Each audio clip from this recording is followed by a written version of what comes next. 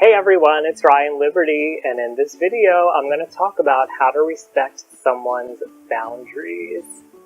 Right, I got it. It's okay. Ooh, ah. Alright, so how to respect someone's boundaries. Let's talk about this, because somebody might see this video and think like, isn't it obvious how you respect somebody's boundaries? But that's just not the case for everybody. For example, if you grew up in a family where boundaries weren't normally used as a tool for asserting and expressing ourselves, then we may not know how a boundary exists and how to treat it. If you would like to know how to set a boundary, I do have a video on that. But, some of us, we may also have personality disorders that get in the way of respecting boundaries. For instance, when we have a disorder that causes us to focus more on ourselves and our own emotional experience of things, it can be hard to hear somebody else's boundary. So not everyone knows what a boundary is and how it gets set, and then how to respect it. So let's talk about how to respect it in this video. So I came up with the steps that I feel are necessary to respect a boundary, and we'll go through them. The first one is to listen for the boundary. So if it's actually a boundary, it should be expressed to you. Just to recap quickly what a boundary is, somebody expresses something that is distressing or bothers them. They communicate it to you, and then they say what they will do if that action continues, some kind of consequence. But the first step is that they're going to express it. So you got to listen for it. And again, it can be difficult when we are somebody who's very self-focused to hear it. And this is a tough thing here, because you really got to hear the boundary the first time it's expressed. That's the key here, is that when somebody is expressing a boundary to you, it's already a problem. It's already stressing them out. It's already bothering them, and it's already an issue by the time they're expressing the boundary to you. So it's really imperative that you hear it the first time. I know that can be difficult. Again, if we grew up in a family maybe where you had to express yourself multiple times and your boundaries weren't even honored, they weren't respected, you may not be used to listening for somebody else's boundaries. Or maybe you're in a workplace where people just like run roughshod over each other. You may not just be in an environment where you recognize boundaries, so this is your opportunity to learn and to practice. So you'll have to actively listen to other people to find when they're going to express their boundary to you. Now, the second thing I wrote down is, if you're uncertain about something, you can go ahead and ask. That's okay. You can say, does it bother you when I do this? Or could you remind me, we talked about this yesterday, something that bothers you. I honestly don't remember. Can you help me here? And that would be all right. It's just to get a little refresher on what it was that bothers the other person that they needed to set a boundary. But you really should listen for it the first time. I'm going to stress that. So the next very important thing here when somebody sets a boundary is to understand that they are not punishing you. When somebody's setting a boundary, they're doing this to protect themselves. Again, they got to a point where they're already stressed out, and now they're trying to protect themselves. So they're asserting, they're expressing to you what's bothering them, and this is where it gets a little confusing, is they come up with a consequence in order to encourage you to stop doing that behavior. Now, that encouraging you to stop doing that behavior is not meant to be a punishment. It's not really even about you. It's about protecting the other person. It's about how they're feeling. It's got nothing to do with you. So when they set the consequence, it's not a punishment. They're not trying to harm you. They're not trying to take things away from you. And basically, they're not trying to control you. It's not about control at all.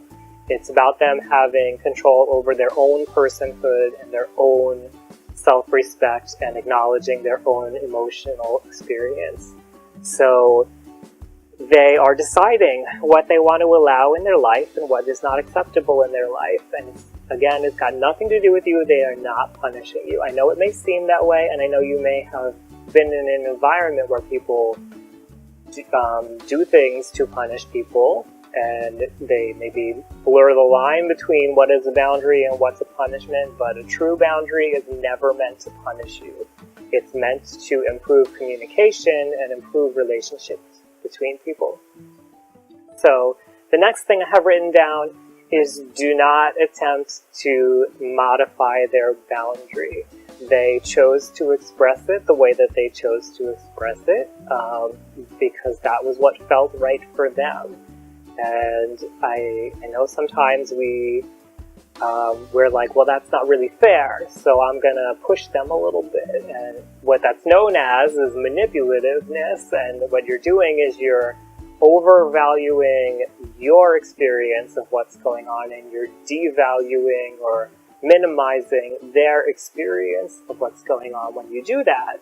And I do think, most people do that every now and then, but it's very disrespectful, and it causes harm in the relationship between you and that person because you're not allowing them to express themselves. You're not allowing them to let you know this is stressful to me. You're basically saying, like, I don't believe either. The message that you're giving, whether you intend to do that or not, is that, I don't really care that this stresses you out. Or, how you feel doesn't matter. And again, if you're self-focused, you may not see why that's a problem, but if you can imagine somebody else coming at you and saying, I don't care how you feel, it doesn't matter, that may give you a little bit of a clue as to why that person might get upset if you don't respect their boundary and you try to push that boundary. And then finally, you just have to accept that the consequences are what they are, and if you can't do what they say, so just a quick example, I get stressed out when you leave your clothing on the floor. If you continue to leave your clothing on the floor, then I'm not going to wash your clothing anymore. That would be an example of a boundary. Now, if you can't stop leaving your clothing on the floor, then you have to accept that they're not going to wash your clothes anymore. And, that may be irritating to you. It may make you angry. You may feel entitled to having your clothing washed anyway. But if you're going to respect the boundary, you have to accept that those are the consequences, and that person is allowed to set those consequences.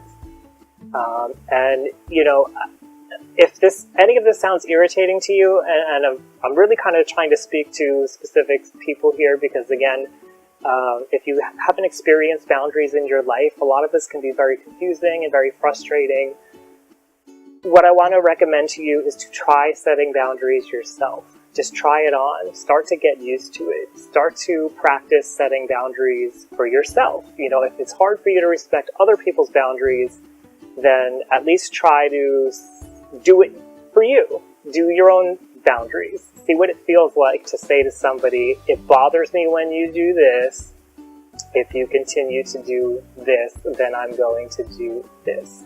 And not in a controlling way, not in a punishing way. I know that can be difficult for some people because it can be upsetting and frustrating when we don't have control. But if you lean into this a little bit, practice it, you may start to see how it's useful in your life, and it will I think if you set boundaries for yourself, it will make it easier for you to start to respect other people's boundaries. I hope that has been helpful. I would love to know from you, if you're somebody who came here trying to learn how to respect somebody else's boundaries, what did you get out of this? What did you learn? What are maybe some frustrations that you have regarding boundaries? I'd love to hear them, so please leave them down below. And thank you for taking the time to learn about respecting boundaries with me today. Do you give a about mental health? If you do, I've got some coloring pages for you I think you'll enjoy. Go ahead and click to get those.